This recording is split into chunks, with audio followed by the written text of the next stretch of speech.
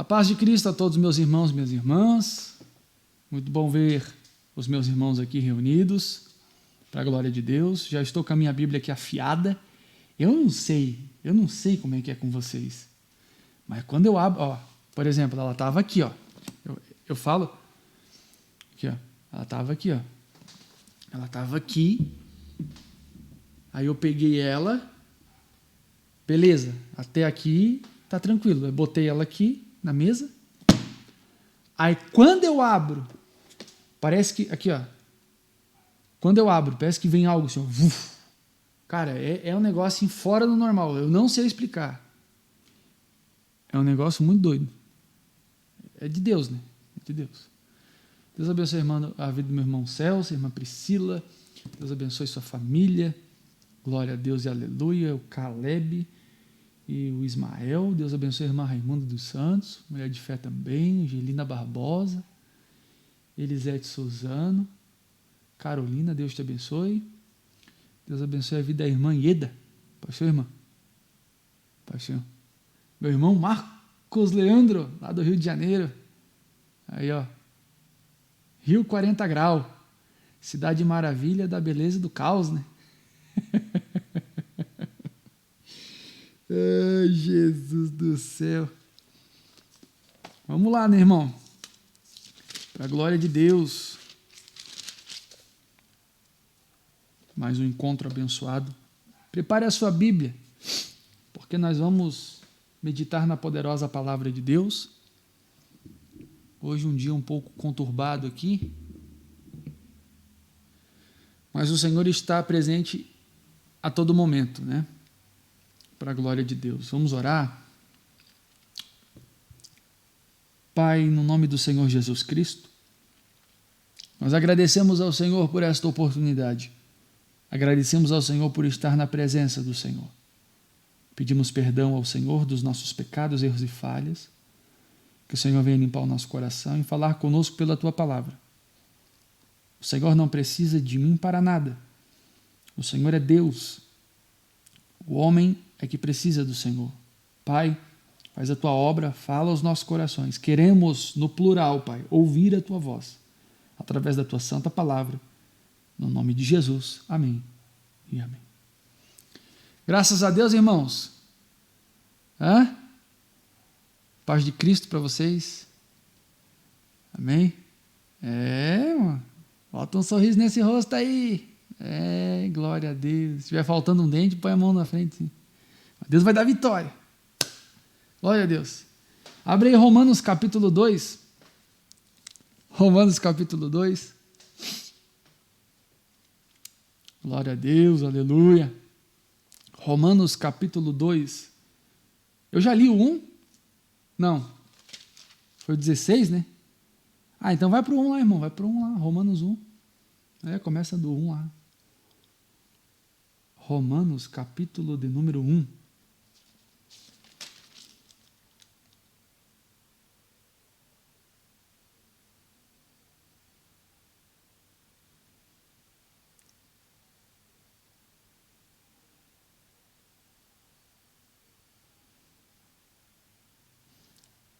Essa carta do apóstolo Paulo aos crentes em Roma, ela é uma das mais importantes. Por quê? Praticamente ela explica os 4 evangelhos. Porque, por exemplo, você lê lá, o que você lê nos 4 evangelhos? Você lê lá, por exemplo, uma doutrina que Jesus ensinou. Jesus disse assim, se alguém bater na tua cara, o que você tem que fazer? Tua face, você tem que dar o outro lado. Mas como é que tu vai fazer isso? Nas cartas do apóstolo Paulo, o apóstolo Paulo, ele escreveu 13 cartas. Então ele explica os 4 evangelhos, Mateus, Marcos, Lucas e João, ele explica na prática, no dia a dia, como que vive, como que pratica, como que põe os dispositivos em ação, né? É muito coisa de crente esse negócio aqui. Então, no capítulo 1, no versículo 1, ele diz assim, eu, Paulo, servo de Cristo Jesus, escrevo esta carta. Deus me chamou e me separou para ser seu apóstolo. Então, Paulo começa se apresentando. Ele fala que Deus separou ele. A palavra separar significa santificar, né? Santificou. Todas as vezes que você falar assim, ouvir essa expressão santo, está dizendo que é uma pessoa separada. Deus é santo. Sabe por que Deus é santo? Porque Deus ele é separado, ele é exclusivo. Deus ele é separado e exclusivo.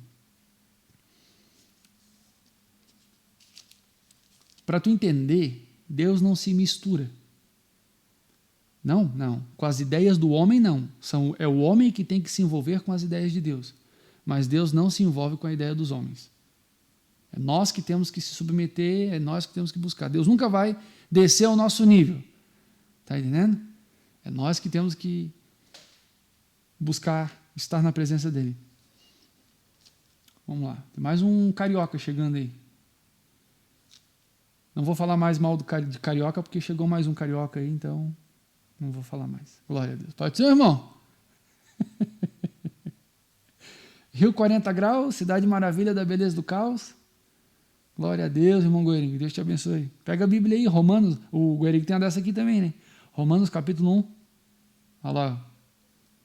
Viste? Romanos capítulo 1, versículo 1. Eu, Paulo, servo de Cristo Jesus, escrevo esta carta, porque Deus me chamou e me separou para ser seu apóstolo, a fim de que eu anuncie a boa notícia do Evangelho de Deus. Qual é a boa notícia? O Evangelho é boa notícia, não é? A boa notícia do Evangelho, ela trata-se do quê? Eu era um miserável, condenado ao inferno, se morresse daquele jeito eu ia para o inferno, e Jesus morreu por mim na cruz do Calvário. Deus entregou o seu Filho para morrer por mim na cruz do Calvário. Eu estava afastado de Deus e Deus me conectou de novo com Ele através do sangue do seu Filho Jesus. Então isso é a boa notícia. Né? Há muito tempo essa boa notícia foi prometida por Deus no versículo 2, por meio dos seus profetas. Então isso foi profetizado lá atrás no Antigo Testamento, escrita nas Escrituras Sagradas. Ela fala a respeito do Filho de Deus e o nosso Senhor Jesus Cristo, o qual, como ser humano, foi descendente do rei Davi e, quanto à sua santidade divina, a sua ressurreição provou com grande poder que ele é o Filho de Deus. Observe que analogia interessante, olha só essa ideia. Jesus esteve nessa terra e fez a vontade de Deus. Jesus foi morto, morreu, mas Jesus ressuscitou dentre os mortos.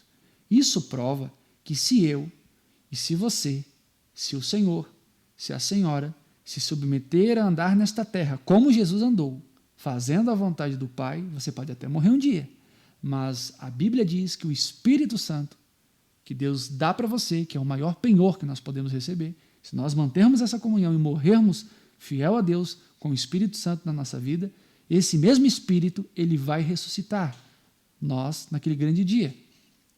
Então, foi para isso que Deus nos chamou. Deus nos chamou para nos salvar. Tem gente que você vai ver por aí que vai morrer.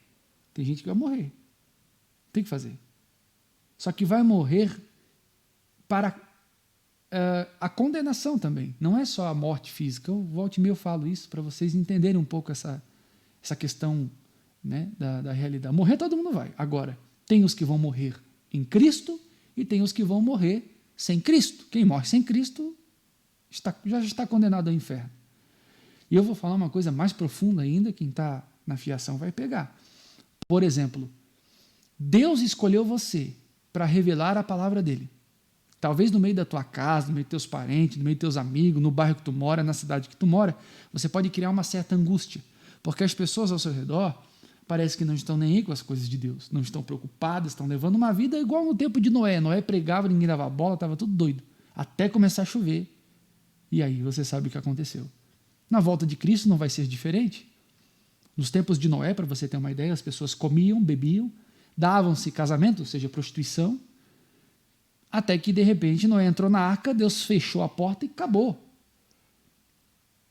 Então nós somos um povo separado e chamado por Deus para entender os mistérios de Deus. O mundo não entende o que você entende. O mundo não compreende aquilo que Deus está revelando para você. Porque é para você que Deus quer. Mas Deus não deseja salvar as pessoas? Deseja, mas Ele chama. Ele fala. Agora é o que elas fazem com esse chamado, é o que elas fazem com aquilo que Deus está oferecendo para elas, que é a salvação. Então Deus não é mau. Eu já ouvi alguns doutores chegarem para mim, mas Deus é mau. Se Deus fosse amor, não tinha matado tanta gente no dilúvio. Não, mas você não enxergou a arca? 100 anos construindo a arca lá e dizendo, vem, para de pecar, se arrependa. 100 anos. As pessoas conseguem ver a desgraça do dilúvio, mas ninguém enxergou a arca, ficou 100 anos sendo construída. Imagina 100 anos pregando, para usar 1 ano só a arca. Então as pessoas, por exemplo, elas conseguem ver Deus metendo a mão lá em Sodoma e Gomorra e matando todo mundo. Pegou fogo lá, desceu fogo para tudo quanto é canto. Quem lembra dessa história? Não botou fogo lá em Sodoma e Gomorra? Tá, mas ele não mandou os anjos pregar lá? Ele não foi evangelizado em Sodoma e Gomorra? Claro que foi. Mas daí Deus mandou fogo, matou todo mundo. Aí tem gente que só consegue ver a destruição.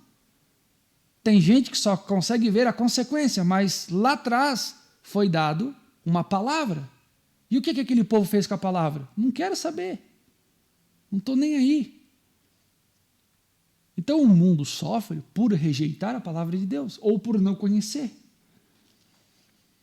Tem gente que está sofrendo uma hora dessa, e o dia que tiver um encontro com a palavra, vai se render a Deus. Vai dar o controle da sua vida a Deus. Aí vai começar a ter paz. Tem gente que vai estar ouvindo a palavra e não vai dar bola. Lembra que o semeador saiu a semear? O problema não é o semeador, é o que as pessoas fazem com a semente. Se tu pega essa palavra e guarda no coração e protege ela, uma sementinha, que é a palavra de Deus, você preserva ela, você espera ela crescer, você aguarda em Deus, tem uma vida tranquila em Deus, isso vai dar um resultado. Agora, se tu pega as sementes e joga em qualquer lugar na tua vida, não prioriza, não presta atenção, não recebe com amor a palavra, aí sua vida anda atravessada, que não é o caso dos senhores. Versículo de número 5. Por meio de Cristo, Deus me deu honra de ser apóstolo no serviço de Cristo, para levar pessoas de todas as nações a crerem em Cristo e a serem obedientes a Jesus. Entre essas pessoas estão vocês que moram em Roma. Você mora em Roma, irmão? Não mora em Roma. Você mora aí na tua cidade. Mas acredite, parece que tu mora em Roma se tu lê isso aqui. Porque a bagunça lá não mudou muita coisa. Pelo contrário, hoje em dia está pior ainda. Maximizado 10 mil vezes. 6. Entre essas pessoas estão vocês que moram em Roma, a quem Deus tem chamado para pertencerem a Jesus Cristo. Tu tem que entender um negócio que é difícil de entender, eu explico 1000 vezes e tem gente que não entende. Tem pessoas que Deus vai abrir os olhos espirituais e ela vai entender Cristo, ela vai entender o propósito, ela vai entender o que é andar com Jesus, ela vai entender o que é obedecer. Tem gente que tu vai falar, Deus não quer abrir os olhos dessa pessoa e não me pergunte por quê.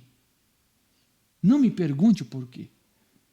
Mas por que é tão difícil? Eu falo de Jesus para o meu filho, falo de Jesus para o meu marido, falo de Jesus para minha esposa, falo de Jesus para o meu vizinho, falo de Jesus para o meu pai, falo de Jesus para minha mãe. Eles não abrem o coração, meu Deus, coração duro, sabe por quê? Porque Deus não quer se revelar a eles. Existe um momento, e se Deus também não quiser, Deus não quer, ponto. Nós precisamos aprender a aceitar a vontade de Deus. Todo mundo entrou na arca quando Noé construiu ela? Seja bem sincero. Tu acha que não tinha parentes de Noé lá fora? Primeira coisa que Noé fez quando saiu da arca foi plantar uma vinha. Aí bebeu, ficou doido.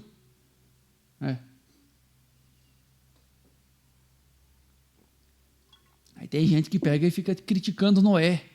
Noé era um alcoólatra, meu Deus, o cara não era homem de Deus, como é que foi beber? Mas tu não sabe o que ele passou dentro da arca. Quem me garante que ele não tentou abrir a arca para tentar colocar alguém lá dentro, só que Deus tinha fechado, e aquilo que Deus fecha, ninguém abre. Aquilo que Deus fecha, ninguém abre. Então a gente tem que aprender a aceitar a vontade de Deus.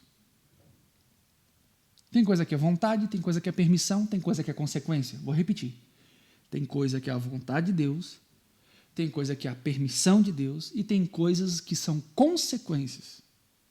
Aí a gente vai ter que ter discernimento para ter maturidade, para sentar e entender. Bom, isso foi uma consequência do meu erro. Não, isso foi a vontade permissiva de Deus. Não estou em erro. Né? Isso foi a vontade permissiva de Deus, a consequência, enfim. O querer de Deus na minha vida sempre vai prevalecer. Versículo 7. Por isso, eu escrevo a todos vocês que estão em Roma. Todos vocês a quem Deus ama. Deus ama vocês, tá? Não, fica tranquilo, irmão. Deus ama vocês. A quem Deus ama e a quem tem chamado para serem o seu próprio povo. Então, tu é exclusivo. Não, você não entendeu. Aí na tua casa, tua família, no teu bairro, na tua cidade, ninguém dá R$1 por você. Mas você faz parte do povo exclusivo de Deus. Você faz parte do povo exclusivo. Você tem a paz que talvez o homem mais rico da tua cidade não tem. Você tem a alegria da salvação de Cristo, conhecer Jesus, conhecer a palavra. Quando você está triste, você dobra o joelho e fala com Deus. Você tem um momento com Jesus, a tristeza vai embora. A tristeza vai embora. Você lê a sua Bíblia, você sente Deus. No meio de todo esse barulho que o mundo está, esse povo precisa recorrer para a cachaça, para a maconha, para a cocaína, para o crack, para a prostituição. Eles têm que ter um escape, um refúgio, que é só momentâneo. Mas a alegria verdadeira e permanente, quem dá é Jesus. Só Ele. Só Cristo traz paz. Adianta. Alguns tentam. Ah, mas eu quero. Faz do teu jeito. Vai dar com a cara na parede e depois vai se arrepender e vai retroceder e vai se submeter. Quem prova da paz que Cristo dá, não terá paz saindo da paz que Ele dá. Lá fora não existe paz. Versículo 7. Por isso eu escrevo a todos vocês que estão em Roma, todos vocês a quem Deus ama e a quem tem chamado para serem seu próprio povo, seu povo escolhido, você é povo exclusivo de Deus. Que a graça e a paz de Deus e o nosso Pai e do Senhor Jesus Cristo estejam com vocês. 8. Em primeiro lugar, por meio de Jesus Cristo, dou graças ao meu Deus por todos vocês, ele começa. Vocês, pois no mundo inteiro se ouve falar a respeito da fé que vocês têm. Então, havia uma fama sobre os cristãos que viviam em Roma. Tinha uma fama. Versículo 9. Eu sirvo a Deus com todo o meu coração, o apóstolo Paulo fala, anunciando a boa notícia a respeito do seu Filho. Deus é testemunha de que digo a verdade. Ele sabe que eu sempre lembro de vocês e oro por vocês e peço a Deus que, se for da sua vontade, Ele faça com que agora eu possa ir visitá-los, pois eu quero muito vê-los, a fim de repartir bênçãos espirituais com vocês, para fortalecer vocês. Quer dizer, para que nos animemos uns aos outros, por meio da fé que vocês e eu temos. 13. Meus irmãos, quero que saibam que muitas vezes resolvi ir visitá-los, mas eu fui impedido até agora de fazer isso, pois eu gostaria que o meu trabalho produzisse resultados entre vocês também, como tem acontecido entre outros não-judeus. Pois é meu dever pregar a todos, tanto os civilizados. Você é civilizado? Olha aqui para mim. Você é civilizado? Você é pessoa civilizada? Acho que sim. Diz assim, pois é meu dever pregar a todos, tanto os civilizados como os não civilizados, os marginal. Tanto aos instruídos como os sem instrução. E por isso, é por isso que eu quero anunciar o evangelho também a vocês que moram em Roma. A vontade dele era estar junto com os irmãos que se reuniam. Ele cuidava de igreja através de cartas. Vou repetir. Ele cuidava de igrejas, vocês sabem, são 26 pessoas. Entre dessas 26, 7 eram mulheres. Umas tinham até uma relevância maior do que seu marido na frente do trabalho da obra de Deus, da oração, enfim, da palavra. Vamos avante. 16 ele fala algo muito importante, você já deve ter ouvido isso em algum lugar. Eu não me envergonho do evangelho, o apóstolo Paulo fala. Pois ele é o poder de Deus para salvar todos os que creem. Primeiro os judeus e também os não judeus. Olhe para cá. O apóstolo Paulo, ele sofria no seu tempo com algo que eu sofro como pastor e qualquer líder decente dessa nação ou deste mundo, desses 192 países aí, deve sofrer. Paulo, ele tinha que pregar Cristo para um povo religiosamente firmado em um Deus que apresentava. O judeu recebeu a instrução de Deus de uma forma, através de Moisés, através dos profetas, através dos preceitos. Até ontem à noite, a apóstola lá na cama, nós estávamos reunidos, eu e a Tabita para ler a Bíblia, e ela começou a ler os preceitos. Nossa, existe coisa profunda ali. Então você observa que existe dentro do judaísmo uma fé, uma forma de servir a Deus, um jeito de servir a Deus muito mais intenso do que nós cristãos, brasileiros principalmente. O negócio lá é pesado. Por exemplo, o judeu vai comemorar a Páscoa. Mas qual é a Páscoa que o judeu comemora? Você sabe? É a saída do povo de Deus, povo hebreu que estava no Egito, sendo escravizado pelo faraó. A saída, onde o próprio Deus diz o quê? Para Moisés, fala para o povo matar o cordeiro, levar o cordeiro para dentro de casa, comer a carne do cordeiro. O sangue põe no umbral da porta, porque se o espírito da morte passa, o que vai acontecer? Não vai acontecer nada, a não ser na casa de quem não tiver o cordeiro e o sangue. Esse cordeiro e esse sangue já estava sendo, já estava apontando profeticamente para Cristo lá na frente. Então houve uma libertação. Houve uma libertação, o povo foi liberto, você sabe a história, pela liderança de Moisés. Então o judeu, ele vê Deus de uma forma. Aí o que acontecia nesse tempo? Paulo falava de Jesus para o judeu. Paulo dizia assim, você lembra que os profetas no Antigo Testamento, Deus sempre prometeu que mandaria um Messias, o enviado dele? Então, esse Messias já veio, o nome dele é Jesus. Ele esteve aqui na Palestina, ele pregou, ele curou, ressuscitou mortos, fez cego ver, surdo ouvir, mudo falar, ressuscitou, enfim, o negócio pegou aí e ele foi levado à cruz, foi morto, porém ele ressuscitou ao terceiro dia e vai voltar. O Messias já veio, agora pregar isso para o judeu. Tinha judeus que o coração estava endurecido porque o próprio Deus endureceu o coração de judeus. A Bíblia fala que Deus teve que endurecer o coração do seu povo judeu para que outras pessoas recebessem a salvação. Que no caso é eu e você que somos gentios, né? Não que você é gentil, mas gentil no sentido do povo que não é judeu. Esse é o sentido do gentil na Bíblia. Não é gentil de gentileza, é gentil de um povo adaptado, um povo escolhido fora do padrão. Então, quando nós entramos dentro dessa realidade, Paulo tinha uma dificuldade, ele sentar com o judeu e dizer assim, tu pode comer carne de porco, mas vamos fazer o seguinte, tu acha que é pecado comer carne de porco? Não coma, quer dizer, fica sem comer. Só que não fica falando para o cristão. O cara veio lá o cara era budista, entendeu? E lá ele come carne de porco. Só que na igreja cristã agora, ali nas reuniões nas casas, vai se reunir na mesma congregação, o camarada que come carne de porco, junto com aquele que acha que é pecado porque veio do judaísmo. Então assim, são duas criaturas que vão sentar um do lado da outra. E um dia eles vão se convidar para comer um na casa do outro, um almoço de domingo. Aí tá feita a história. Aí chega lá na casa, aí o budista lá chama o ex-budista, chama o ex-judeu, que no caso, né, na lei de Moisés, para ir comer. Chega lá, tem um porco enorme. E o cara sabia que ele é judeu e não come carne de porco. Sabia. Aí tá feita a briga. Aí já diz que é do demônio, já diz que vai para o inferno, já diz que não sei o quê.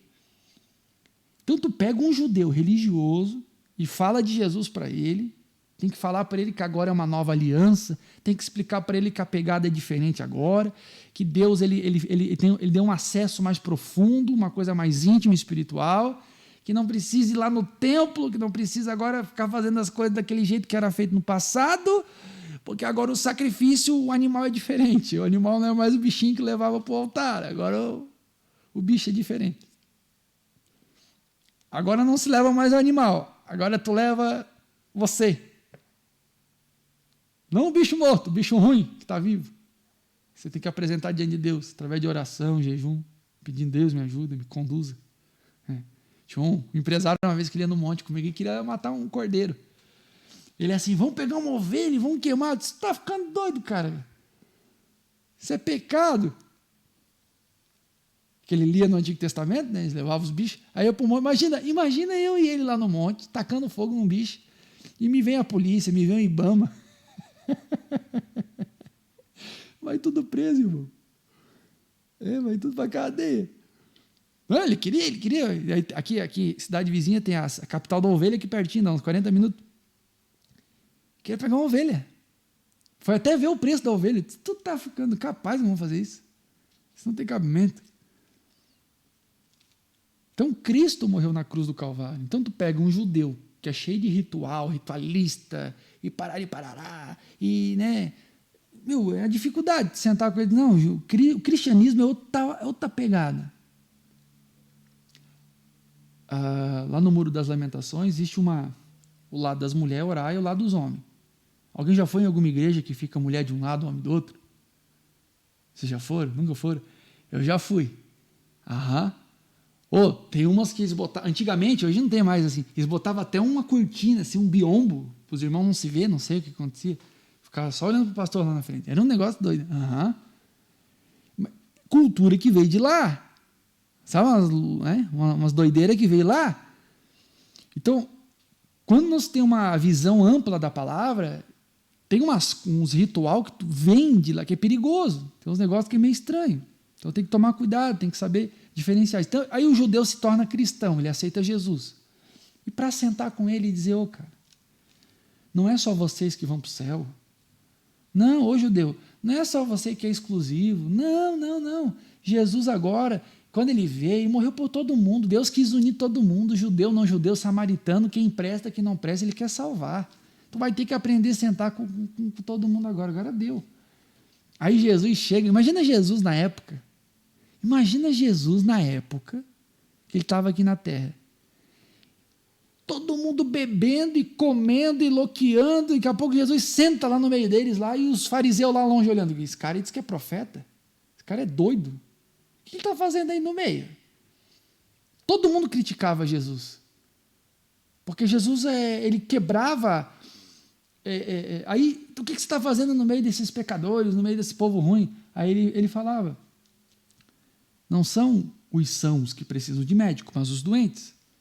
O fato de Jesus estar lá não quer dizer que ele se envolvia com o que estava sendo promovido ali. Mas a presença dele naquele local era tão forte que ele constrangia. Quando ele passava, as pessoas ouviam a palavra, queriam ter uma vida com ele, pessoas que até... primeiro, não sei se eu falo. Os milagres que você vê na Bíblia, ninguém conta isso na igreja. Mas eu te provo. As pessoas que receberam milagres de Cristo conheciam o Antigo Testamento e estavam esperando o Messias. Por isso que elas foram ao encontro dele. Pessoas que reconheciam que Jesus era o Messias que estava prometido no Antigo Testamento, pelo profeta Isaías, Jeremias, enfim. Então elas olhavam para o Antigo Testamento, tinham firmeza na palavra. A mulher do fluxo de sangue, ela sabia, como diz em Salmo, que da franja dele sairia virtude. Como é que ela tocou na orla de Jesus? Ela tinha conhecimento da palavra. Por isso que ela foi. Eu provo isso na Bíblia. Eu não vou dar os pontos agora, que não vai se estender muito. O cego de Jericó. Aqueles 10 leprosos. Eles sabiam o texto. E quando Jesus foi anunciado como o Messias, eles pensaram: vou provar se é. Vou provar se está de acordo. Porque a palavra diz: se eu tocar somente na orla, as franjas dele, está lá em... O salmista revelou isso. Eu vou ser curada. O que eles faziam? A mulher do fluxo de sangue ouviu falar que ele estava passando e já ficou no caminho. Vamos ver. Ele é.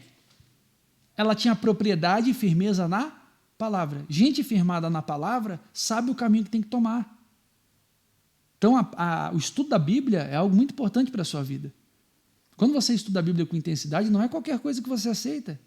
Tudo tem que passar pelo crivo da palavra. Você acha que eu escuto esses louvores gospel que existe hoje em dia aí, que vocês gostam de ouvir? Não escuto, não gosto. O espírito que está dentro de mim diz assim, não, eu não sinto prazer nisso aí. Por quê? Fala de tudo menos de Jesus. Existem algumas pregações que falam de todo mundo, menos de Jesus. Eu estava falando com a apóstola sobre isso ontem. Não, hoje. Não, ontem. Ontem fui buscar tablet na escola. A apóstola foi junto. Sequestrei ela. Aí a gente foi levar a buscar tablet. Daí eu comecei a conversar. A gente falou sobre... O grande problema que acontece hoje é o seguinte. Quer ver? Os mais surrados de Bíblia aí vão entender. Por exemplo, vamos falar de José do Egito? Quem lembra da história de José do Egito? O que se prega hoje no Brasil? José do Egito foi traído pelos irmãos, foi jogado na cova, lembra? Os irmãos lá jogaram na cisterna, foi jogado na cisterna, mas Deus honrou ele e colocou ele como governador. Foi assim a história? Amém? Amendoim. O cara foi tentado para adulterar, ele disse, não peco contra o meu Deus. E vocês não falam. Pode observar. Pega a pregação desses bonitão aí que vocês vêem na internet. Eles não falam. Eles pegam só o lado assim, ó, foi jogado na cisterna, foi traído pelo irmão. Mas na hora que era para blasfemar contra Deus, ele não blasfemou. Foi por isso que Deus honrou. Deus não tem como ter compromisso com gente desleal. Você pega a Bíblia, eu já vi pastor falar isso. Davi adulterou. Você já deve ter ouvido. Você sabe que Davi adulterou. Davi adulterou, a primeira criança até morreu, mas a segunda Deus deixou passar batido. Beleza, bonitão. E as consequências? A Bíblia diz o quê? Que a espada de Deus nunca mais ia se afastar da casa de Davi. Deu um problema familiar tão desgraçado, não era demônio, não era macumba, não era olho gordo, não era saravá, era a mão de Deus. Deus falou assim, ó, Salomão tá aí. Tu quer ficar com a mulher, tu já matou o cara que era marido dela, beleza. Agora, uma coisa eu te digo, a minha espada nunca mais vai se afastar da tua casa. Tão verdade que deu um rolo na família de Davi, era um irmão estuprando a própria irmã, e se ninguém fala, os pregadores não falam, eu não entendo, parece que eles omitem essa parte. O irmão estupra a irmã, o próprio filho de Davi queria tomar o reinado dele, tu sabe o rolo que deu ali. Deu um rolo atrás do outro, mas eles não pregam. É só assim, ó, Deus vai te dar vitória igual Davi, Deus vai te colocar no trono, eu fico só vendo. Esse tempo atrás uma irmã chegou para mim e disse assim, eu estou passando a prova de... eu estou passando a prova de Jó. Meu Deus, cara. Olha, o cara para bater no peito e dizer que ele está passando a prova de Jó, o bicho tem que ser muito bom, meu irmão. Não, tem que ter uma cara de pau, uma falta de conhecimento bíblico. Alguns é na ingenuidade, eu até perdoo, mas tem uns que não pode, meu irmão. Deu para que Jó, tu tem noção quem foi Jó? Eu gosto de abrir a Bíblia, vamos para Jó 1, Jó capítulo 2, Jó capítulo 3. Olha a vida desse cara, ele era íntegro, reto e desviava-se do mal. Tu tem essa característica? Olha, para você se comparar, irmão, hoje, no padrão da Bíblia, com um homem que sofreu igual Jó, tu tem que morar dentro de um mosteiro, meio que monge, assim, sabe? Só você e o pessoal que está lá. Por quê? Porque as pessoas sofrem consequências por uma vida desordenada que elas levam, de qualquer jeito, e elas vêm cantar Jó, você não tem motivo, perdeu seus bens, seu marido, e assim vai. Sabe o louvor, né? Vocês conhecem o louvor? Eu sei que vocês escutam. Vocês até choram, cara. Eu digo de cara. Para com isso. Vamos voltar para Paulo aqui. 16. E diz assim, ó. E não me envergonho do evangelho. Tu sabe o que transforma a vida de um homem? O evangelho. O que transforma a vida de um homem? Quem conhece o J.A.? Já viu o J.A.? Cantor J.A.? Agora vocês não. Ouviu direto. Agora não escuto mais, parece. Você lembra do J.A.? Eu nunca gostei dos louvores dele. Nunca. Aí, aconteceu o que aconteceu. Não me impressionou. Sabia que não me impressionou? Por quê? Porque hoje é assim. tu canta bem, tu vai virar um produto do gospel. Não importa se tu não ora, se tu não jejua, se tu não tem vida com Deus. Entendeu? Tu tem uma boa oratória e cativa as pessoas, não tem problema se tu é um picareta. O importante é você dominar as massas. Aí o que acontece? Lá na frente dá os escândalos. Nossa, estou impressionado. Irmão, a maioria dessa galera que eu vejo na internet aí, que vem o boleto da brincadeira deles em nome de Jesus, que é o que eles fazem, eu não me assusto. E normalmente eu falo em casa com a apóstola, eu digo assim, tu quer quanto tempo para tu ver o que está acontecendo aí por trás disso aí? Tem uma cantora que eu não vou citar o nome aqui no Brasil, é bem novinha ela. Ela tá na mesma vibe. Tá bombando o louvor dela. Ela tá na mesma vibe e ninguém tá percebendo. Né? O que falta ali? Pastoreio, oração, jejum, limite. Pega alguém que canta bem e fazem essa pessoa um produto do mercado gospel. Mas acredita, o boleto um dia chega. Aí todo mundo fica assim, nossa, mas por quê? Por quê? Porque tem tudo menos base, menos Bíblia, menos vida com Deus. Os púlpitos viraram palco. Púlpito já não é mais altar no Brasil. É muito sério isso. Eu não me envergonho, Paulo fala, do Evangelho, pois o Evangelho é poder de Deus para salvar todos os que acreditam, todos os que creem. Primeiro os judeus e também os não-judeus. 17. Pois o Evangelho mostra, só o Evangelho mostra, como é que Deus nos aceita. É por meio da fé. Sabe o que é fé? Você sabe o que é fé? Fé está ligada à fidelidade, fé está ligada a fundamento, né? Fidelidade, fundamento, lealdade, isso é fé. Fé não é só acreditar. A palavra fé significa fidelidade, fundamento, isso é fé. Não basta só ser positivista, não, eu vou mentalizar e vai acontecer. Vou mentalizar e amanhã as contas vão estar tudo pagas. Vou mentalizar e Deus vai me... Não. Negativo. Fé está ligado à obediência. Pois o Evangelho mostra como é que Deus nos aceita. E é por meio da fé, é por meio da obediência. Do começo ao fim. Como dizem as Escrituras Sagradas, viverá aquele que por meio da fé é aceito por Deus. Então você é aceito por Deus. Por meio da fé, por meio da obediência. Tu acha que Deus aceita todo mundo? Olha bem para os meus olhos negros, castanhos aqui, olha aqui. Vocês acham que Deus aceita todo mundo? Vocês acham que Deus aceita todo mundo?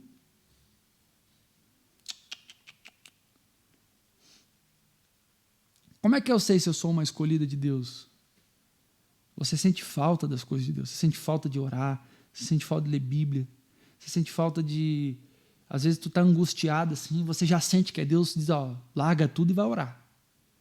Para o que você está fazendo e dedica um tempo ali para buscar Jesus. Você sente. Você é uma pessoa controlada. Hoje eu falei com o apóstolo dentro do carro sobre uma coisa muito interessante, muita gente fala e não sabe. Alguém já ouviu falar na palavra regeneração? Olha que forte isso. A palavra regeneração, o termo correto da palavra regeneração significa retorno ou ascendimento ou despertamento à vida moral. Quando nós aceitamos Jesus, nós entramos num processo de regeneração. O Espírito, aqui está o meu Espírito. Aqui está o meu Espírito.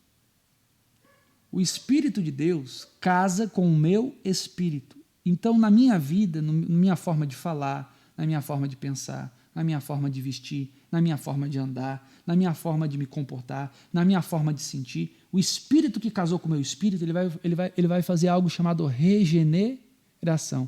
Ou seja, vai despertar a minha vida moral. Antigamente você era uma pessoa imoral, não estava preocupada ou preocupado com o que ofendia a Deus. Agora você está. Porque o Espírito de Deus te chamou, te convidou, casou. Ele está ali, ó.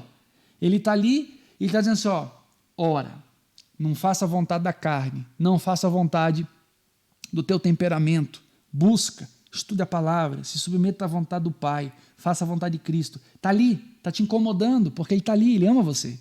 Esse é o Espírito que Deus colocou na sua vida. Quando você erra, você já se sente sujo. Quando você se estressa, quando você bate o dedinho na quina da cama e xinga um palavrão, você já não presta. Você tem que dobrar o joelho e orar, Deus me perdoa. Você se irritou com alguém, você tem que orar. Porque aquilo ali já não presta mais para você. Então o teu espírito casa com... O Espírito de Deus casa com o teu espírito. Então você entra num processo de regeneração. Ou seja, é um acendimento, um despertamento, uma importância que você começa a ter agora. Você se inclina ao que nós chamamos de voltar à moralidade. Você volta a dar atenção a uma vida moral que agrada ao teu Deus. E só o Espírito Santo pode promover isso. Só Ele, mais ninguém. Há uma conversão, né? Há um retorno à vontade do Pai. E só o Evangelho produz isso. Porque quando o Evangelho é pregado, o Espírito Santo, ele observa quem de fato está dando atenção à palavra e ele pode fazer parte da vida da pessoa. Como dizem as Escrituras Sagradas, viverá aquele que, por meio da fé, é aceito por Deus. Então, dentro da poderosa palavra do céu, olha o versículo 18. Coisa forte esse 18 aqui. Olha só.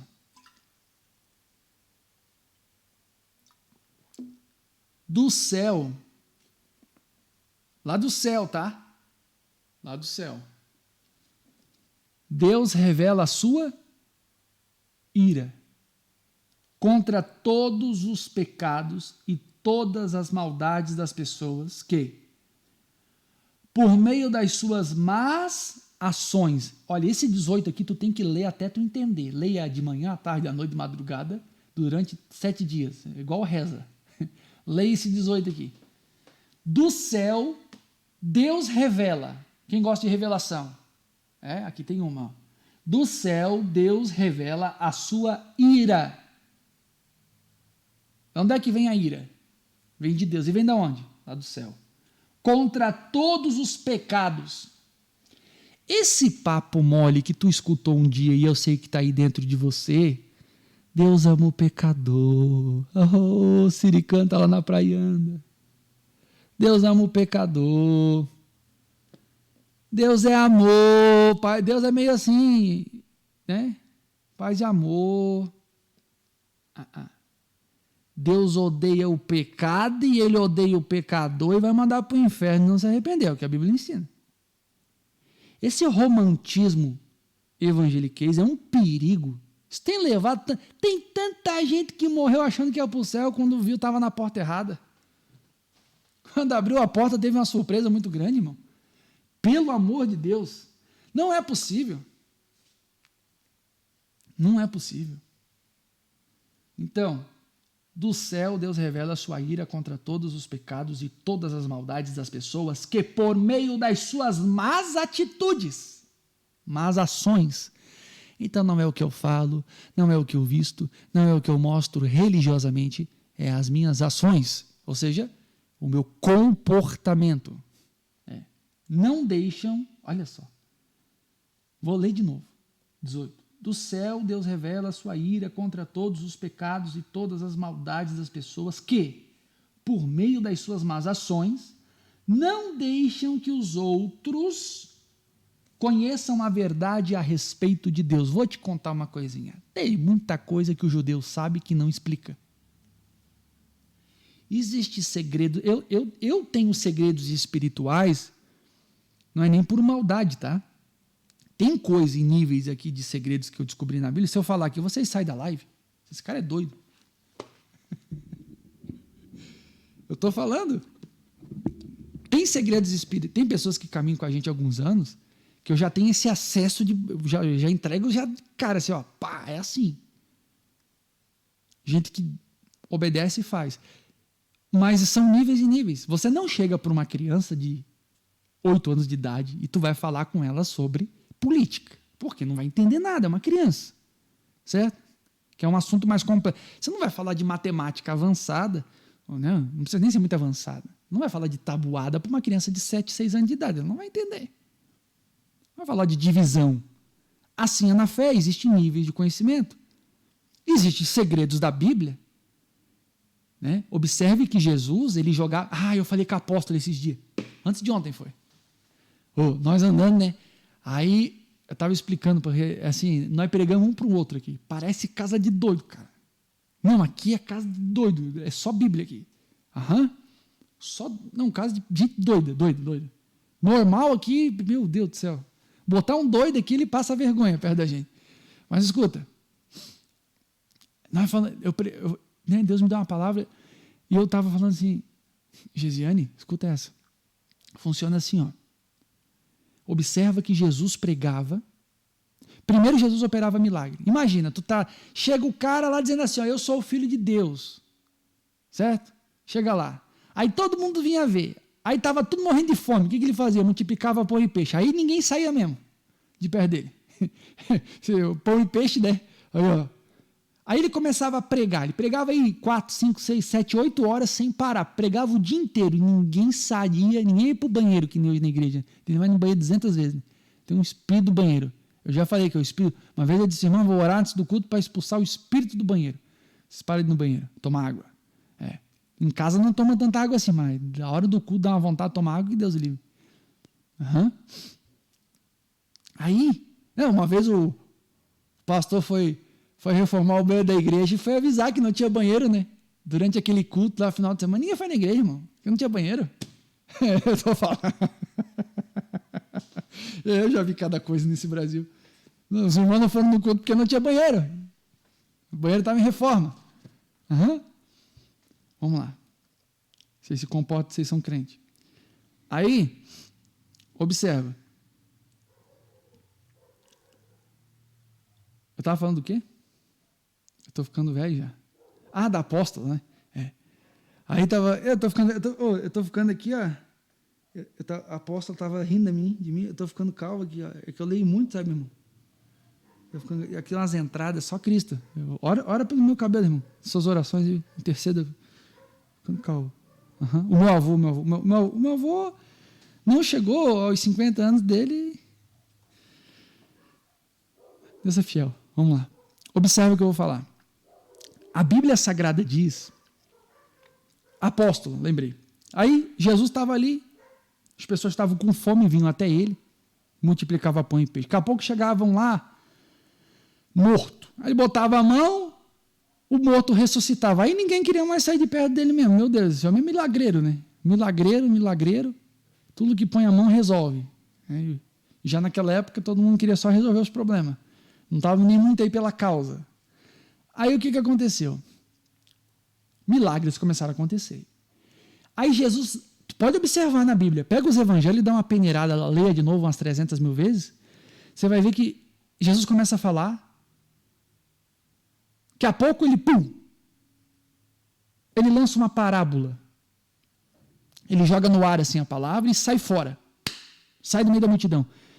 Daqui a pouco ele olha para trás, alguns estão seguindo ele. Que eram as pessoas que tinham desejo de entender a revelação do que ele estava falando. Tinha gente que ouviu, não entendi, vou para casa, amanhã eu volto para comer pão de novo. Não entendi, amanhã eu volto para receber um milagre de novo, comer um peixinho. É assim. Mas tinha os íntimos, tinha gente que queria entender com profundidade o que ele estava falando.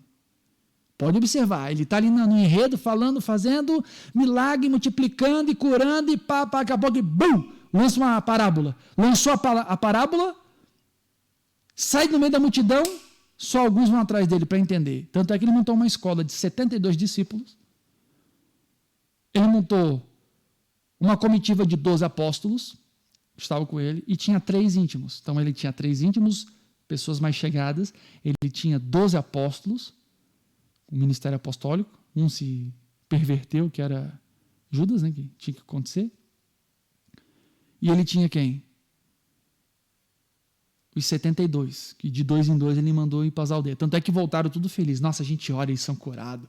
A gente põe a mão, os demônios obedecem a gente manda sentar, o demônio senta, manda ficar plantando bananeiro, o demônio planta. É um negócio incrível. Eles vinham tudo felizes. Aí Jesus olhou para eles e disse assim, antes, não fica alegre porque o demônio faz o que tu manda, mas fique alegre que o nome de vocês está escrito no reino de Deus, lá no livro da vida. Então você vê, né? O negócio foi pesado. Então, muita coisa que aconteceu no ministério de Jesus foi tipo uma peneira. Quando o pescador joga uma tarrafa lá no meio do mar, ele puxa, certo? Assim era Jesus. O ministério de Jesus, ele jogava a tarrafa e vinha. Aí ali era feita a separação com o tempo, o que é e o que não é. Há pessoas que entendem o Evangelho e amam a palavra de Deus, e há pessoas que não entendem o Evangelho. Quando chega na hora da revelação da palavra, não entende, mas há pessoas que entendem. Os que entendem normalmente querem intimidade com Jesus, vão procurá-lo depois do sermão, explica-nos aquela parábola. Olha que coisa profunda. Todo mundo ia para casa, os 500 do peixe, do pão, a galera do milagre, a galera do receba, da revelação, do xiribicanta, do fogo, do arrepio, ia tudo para casa. Só ia atrás de Jesus. Não, observa, tem o, como é que é o nome dele? Vocês conhecem? Já foi na casa de vocês? O Nicodemos. Lembra Nicodemos? Nicodemos, irmão, foi se encontrar com Jesus à noite. Ele tinha um medo que o pessoal visse ele, porque ia queimar o filme dele. Ele ia queimar a reputação. Tá acreditando? Eu já recebi gente, não vou nem citar nome, gente que você já viu. Aqui, ó. Na calada da noite. Os caras vinham me procurar na calada da noite. Eu dizia, tá igual o Nicodemos. Eu chegava batendo, né? Ô, irmão, não consegue vir no culto? Tá igual o Nicodemos, né? Só na calada da noite se encontrando com Jesus. Por quê? Porque reputação. Eu não posso, ninguém pode me ver. As pessoas não podem me ver conversando. E tem gente que é assim. Está preocupado com a reputação. Nicodemos chegou lá para falar com Jesus. Nicodemos conhecia Jesus. Sabia que Jesus era o Messias, só não podia falar publicamente porque ele ia perder posições.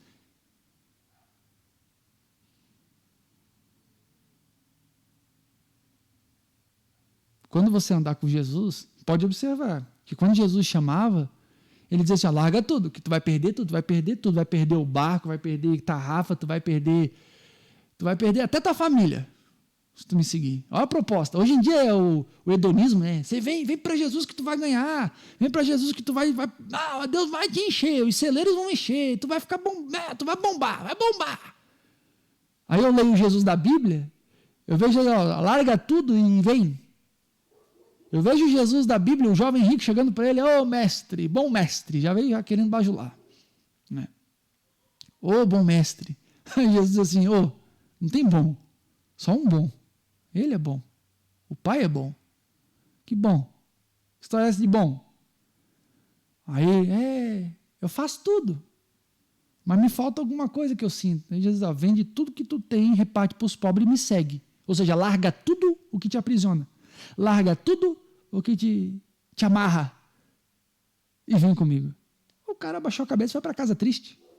O outro lá disse assim, até vou te seguir amanhã. Sabe aquele que faz plano? Vou te seguir amanhã, mas deixa primeiro eu enterrar meu pai. Jesus disse assim, vai, deixa que os mortos enterram os mortos. Que tem gente que gosta de um velório, irmão. Meu pai do céu. Já falei para vocês, tem crente que gosta de velório. Se convidar para uma vigília, não aguenta, mas se for para convidar para o vizinho, ele nem gostava do vizinho, mas ele vai no velório do vizinho para ficar a noite inteira comendo bolacha Maria e tomando cafezinho lá no lado do morto. Mas ele nunca gostou do vizinho. E fica a noite inteira, e falando, e tricotando, e vai buscar parente de vizinho em rodoviária. Atravessa a cidade, o cara nem conhece ninguém da família, mas só para estar no rolo, só para estar no movimento. Meu Deus do céu, irmão. Eu fico apavorado. Convida para a vigília, está assim, está roncando e orando ao mesmo tempo. É só o sangue do Cordeiro. Para eu terminar, e vai ser agora, observe-se que sempre existiu os íntimos do Senhor. E Deus te chamou para ser íntimo. Deus não te chamou para ser igual esse povo aí. O povo aí fora está perdido, irmão. Meu pai do céu. Então no 19, olha que legal.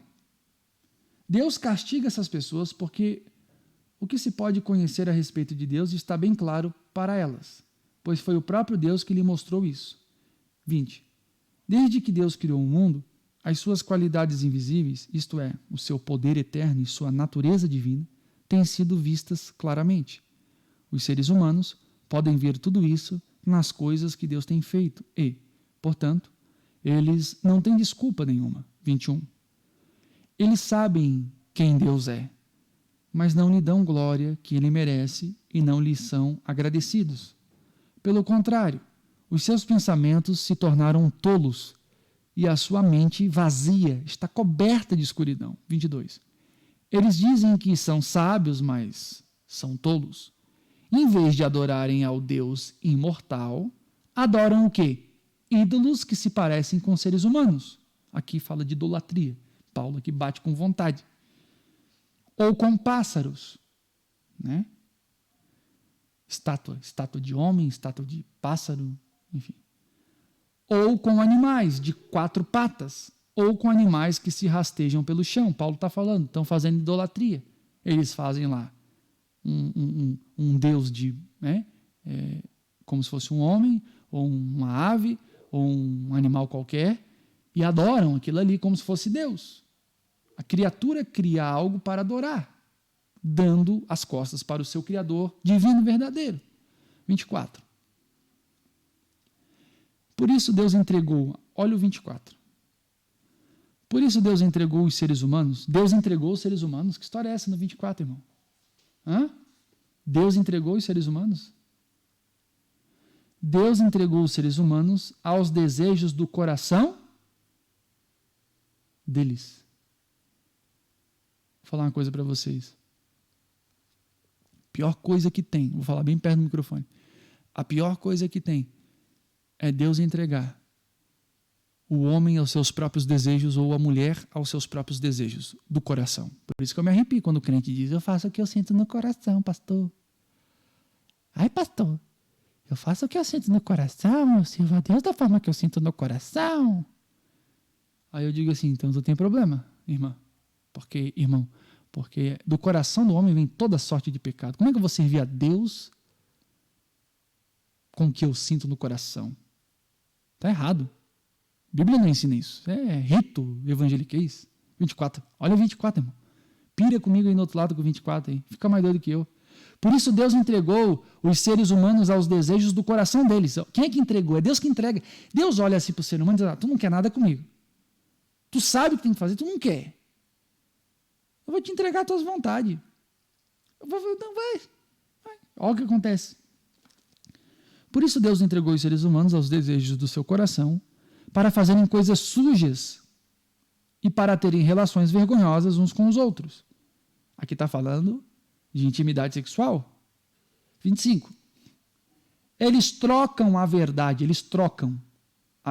sobre Deus pela mentira e adoram e servem as coisas que Deus criou. Tem gente que adora o que Deus criou.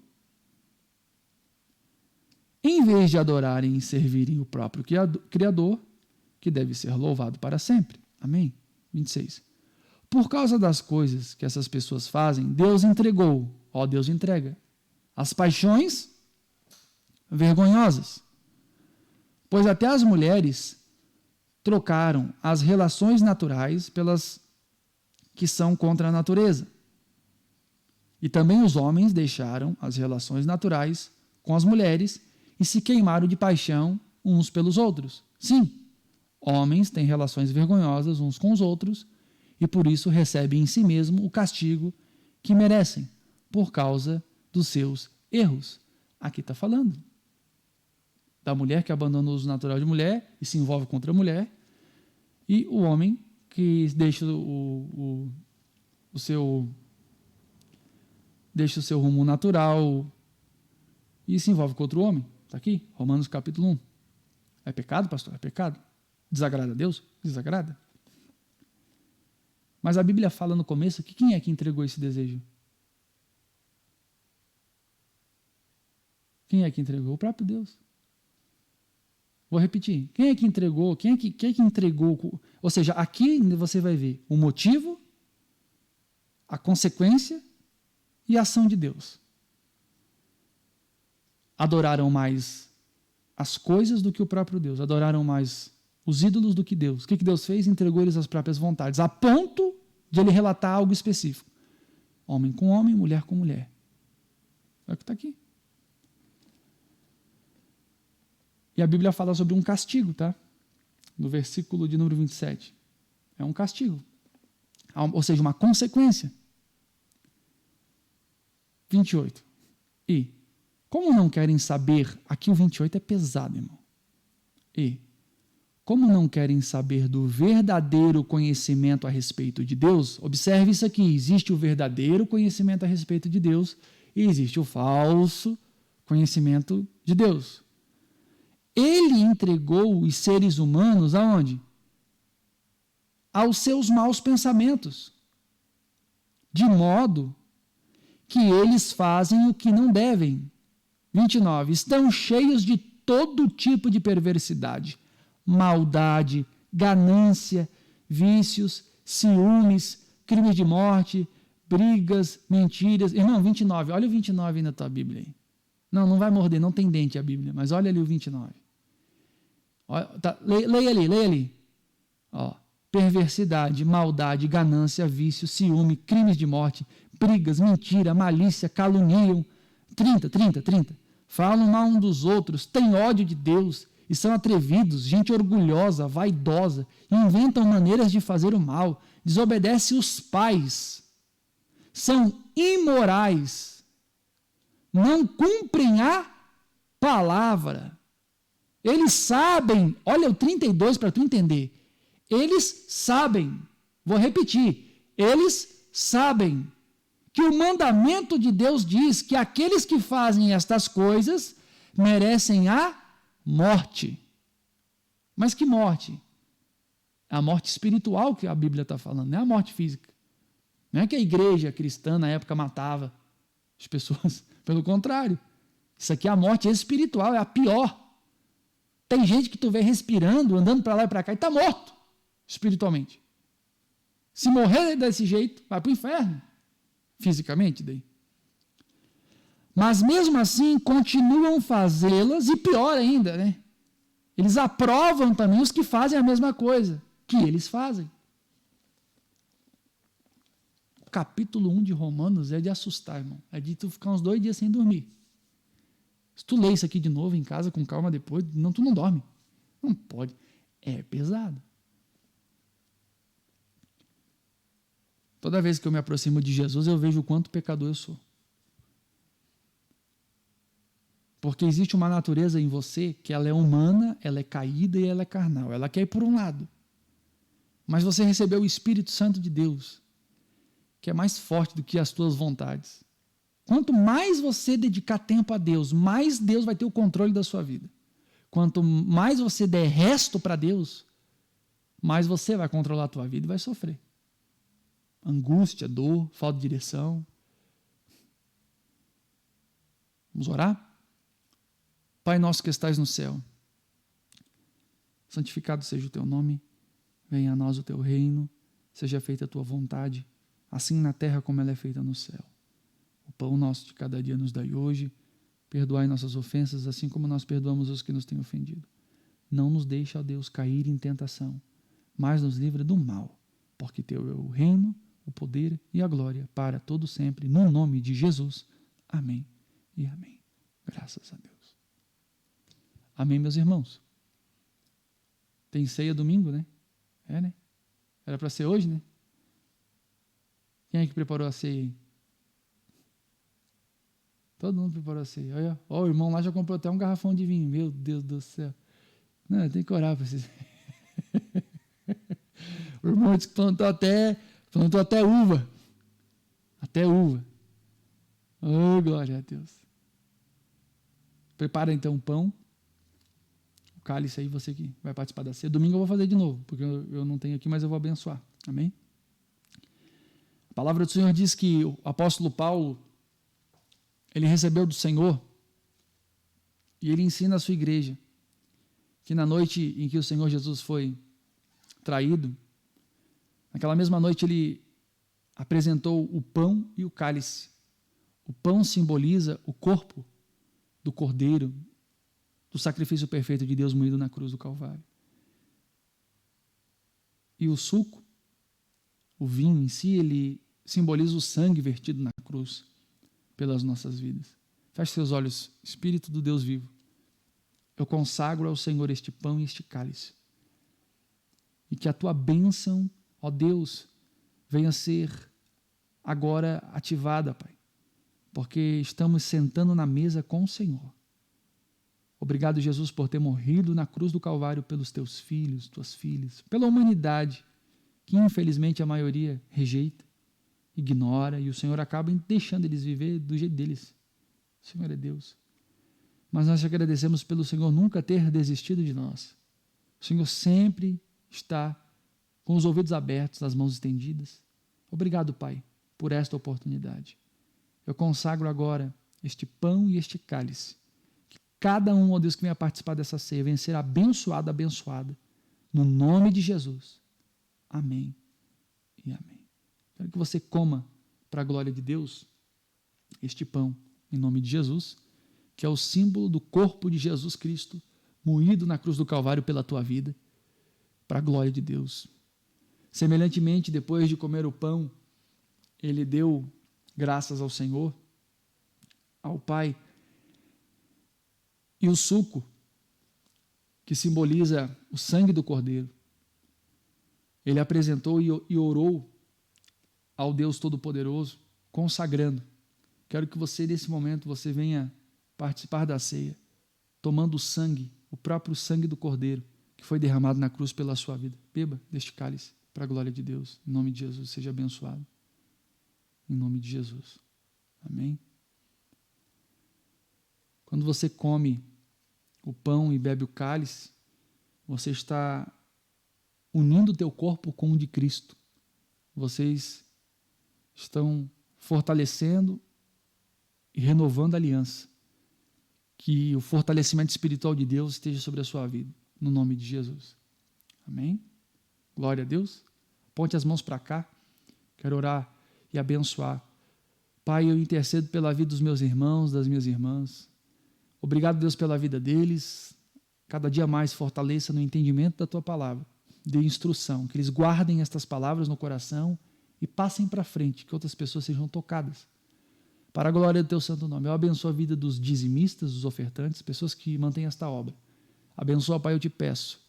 Entrego nas tuas mãos, ó Pai, a vida dos teus filhos e a vida das tuas filhas. Para a glória de Deus, no nome de Jesus, seja abençoado, abençoado. Amém e amém. Glória a Deus. Amém, irmãos? Domingo, 5 horas, eu estou aqui. Prepare-se e venha. Vem, que vai ser o capítulo de número 2. Amém? Deus abençoe. Até a próxima, no nome de Jesus. Até mais. Fica com Deus.